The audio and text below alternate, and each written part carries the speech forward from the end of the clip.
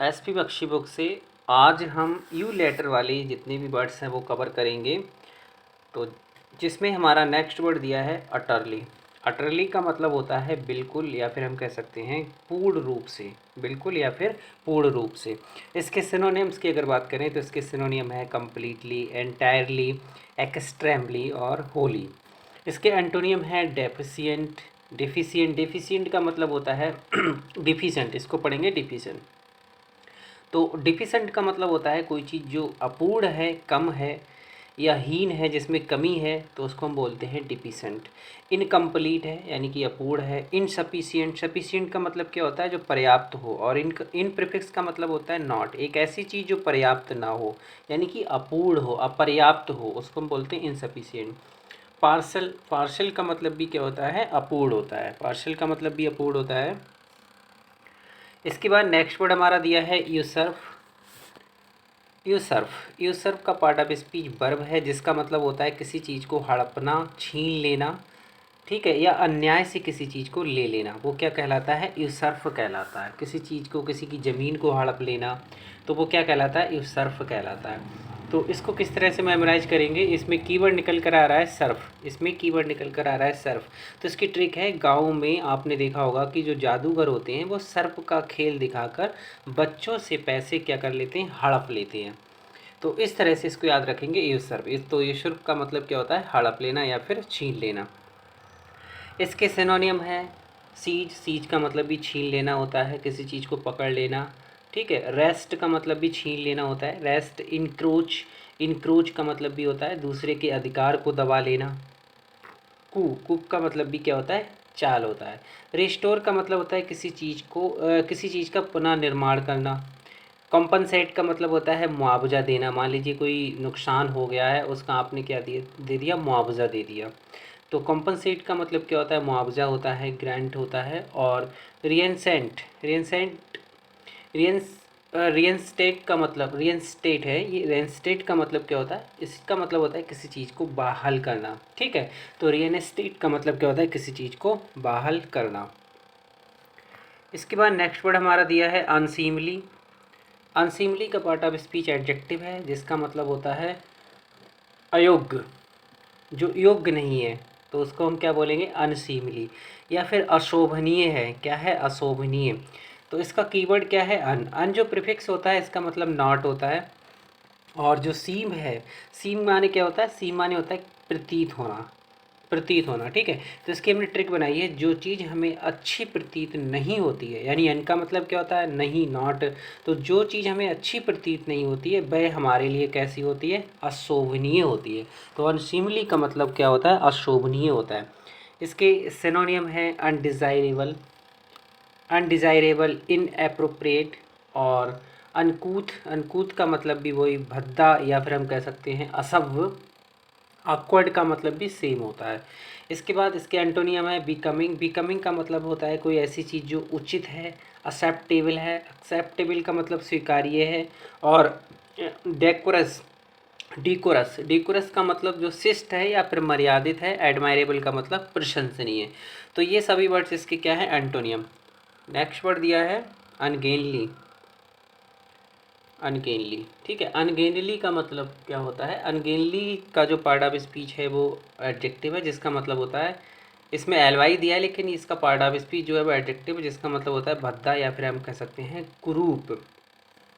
तो इसकी ट्रिक हमने क्या बनाई, अन। अन का मतलब होता है नॉट, और गेन का मतलब होता है किसी चीज़ को प्राप्त करना, ठीक है। इसमें अन आ रहा है, अन का मतलब नॉट होता है, गेन का मतलब प्राप्त करना। तो इसकी ट्रिक है, जो चीज़ भद्दी हो वो हमें प्राप्त नहीं करनी चाहिए। जो चीज़ भद्दी हो वो हमें प्राप्त नहीं करनी चाहिए। अन का मतलब क्या हो गया, नहीं, और गेन का मतलब प्राप्त करना। तो अनगेनली का मतलब क्या होता है, भद्दा, क्रूप या बेढंगा।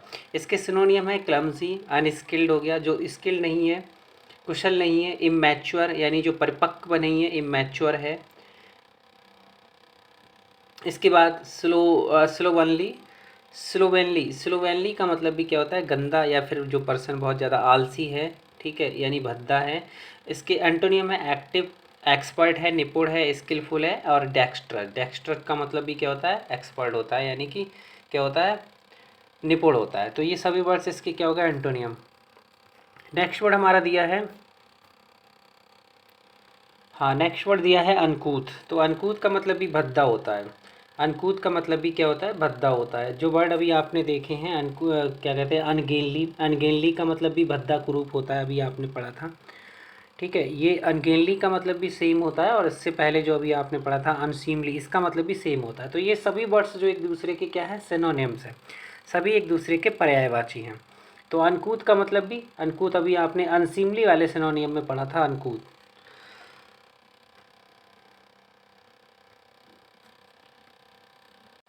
हाँ, तो अनकूथ का मतलब क्या है? भद्दा, अशभ या फिर गमार हम कह सकते हैं। तो इसका प्रीफिक्स इसमें देखते हैं, अन का मतलब क्या होता है? नॉट होता है। और इसमें कीवर्ड निकल कर आ रहा है कूथ। तो कूथ का साउंड क्या है? क्लोथ। कूथ का साउंड यहाँ पर आ रहा है क्लोथ। तो इसकी ट्रिक बनाई है, अगर कोई पर्सन बिना कपड़ों के घूमता है, यानी अन का मतलब होता है वही विदाउट या नॉट हम कह सकते हैं। इसका मतलब क्या होता है? विदाउट या फिर नॉट।